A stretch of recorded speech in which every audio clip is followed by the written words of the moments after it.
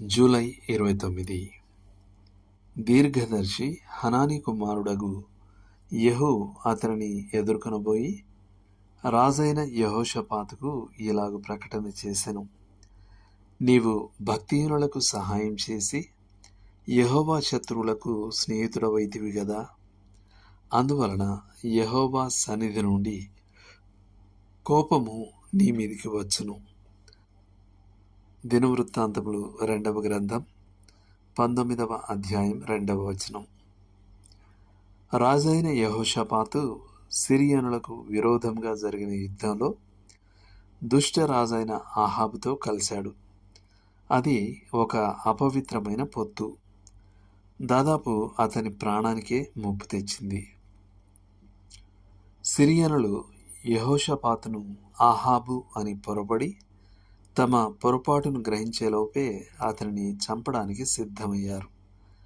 యెహోషాపాతు మరణం నుండి తప్పించుకున్నప్పటికీ ప్రవక్త అయిన యెహూ నుండి వచ్చిన తీవ్రమైన గద్దింపు నుండి తప్పించుకోలేకపోయాడు.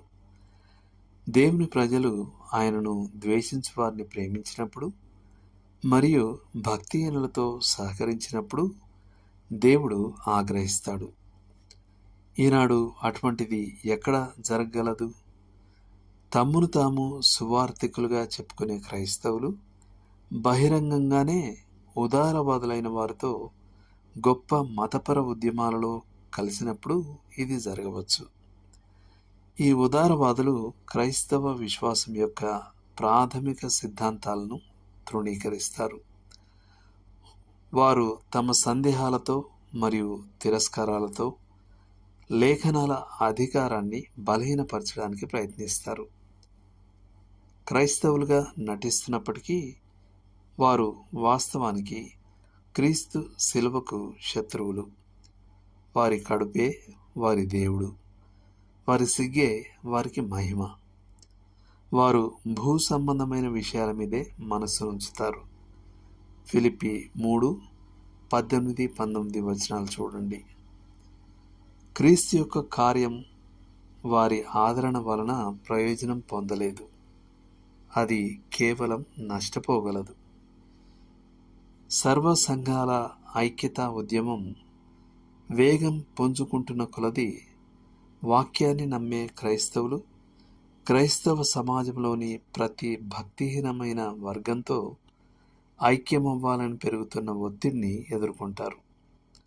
వారు నిరాకరిస్తే వారు ఎగతాళి చేయబడి ఖండించబడతారు మరియు వారి స్వేచ్ఛలు హరించబడతాయి. అయినప్పటికీ క్రీస్తు పట్ల విశ్వాస్యత వారు వేర్పాటు మార్గంలో నడవాలని కోరుతుంది. నిజమైన క్రైస్తవులు భక్తిహీనులతో కలిసి పనిచేయడానికి నిరాకరించే తమ సహోదరుల పట్ల తృణీకార భావంతో ఉన్నప్పుడు అది అత్యంత క్రూరమైన గాయాలలో ఒకటిగా పరిణమిస్తుంది. క్రైస్తవ నాయకులు మితవాదులపై దాడి చేస్తూ ఆధునిక వాదుల గురించి ప్రశంసలతో మాట్లాడడం తెలియని విషయం కాదు.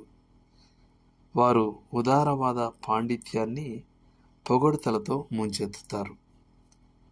ఉదారవాద రచయితలను ఆమోదయోగ్యంగా ఉటంకిస్తారు మరియు ఉదారవాద విపరీత బోధల పట్ల ఎంతో సహనాన్ని ప్రదర్శిస్తారు.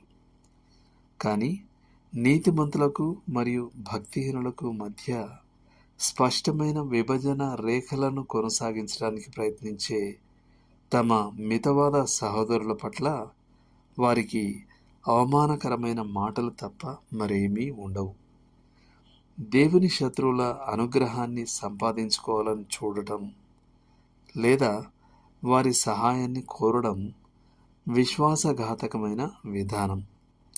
క్రీస్తు పట్ల విశ్వాస్యత శత్రువుకు విరోధంగా రాజీపడని ఆయన అనుచరులతో మనం నిలబడాలని కోరుతుంది. దేవుడు మిమ్మును దీవించునుగాక.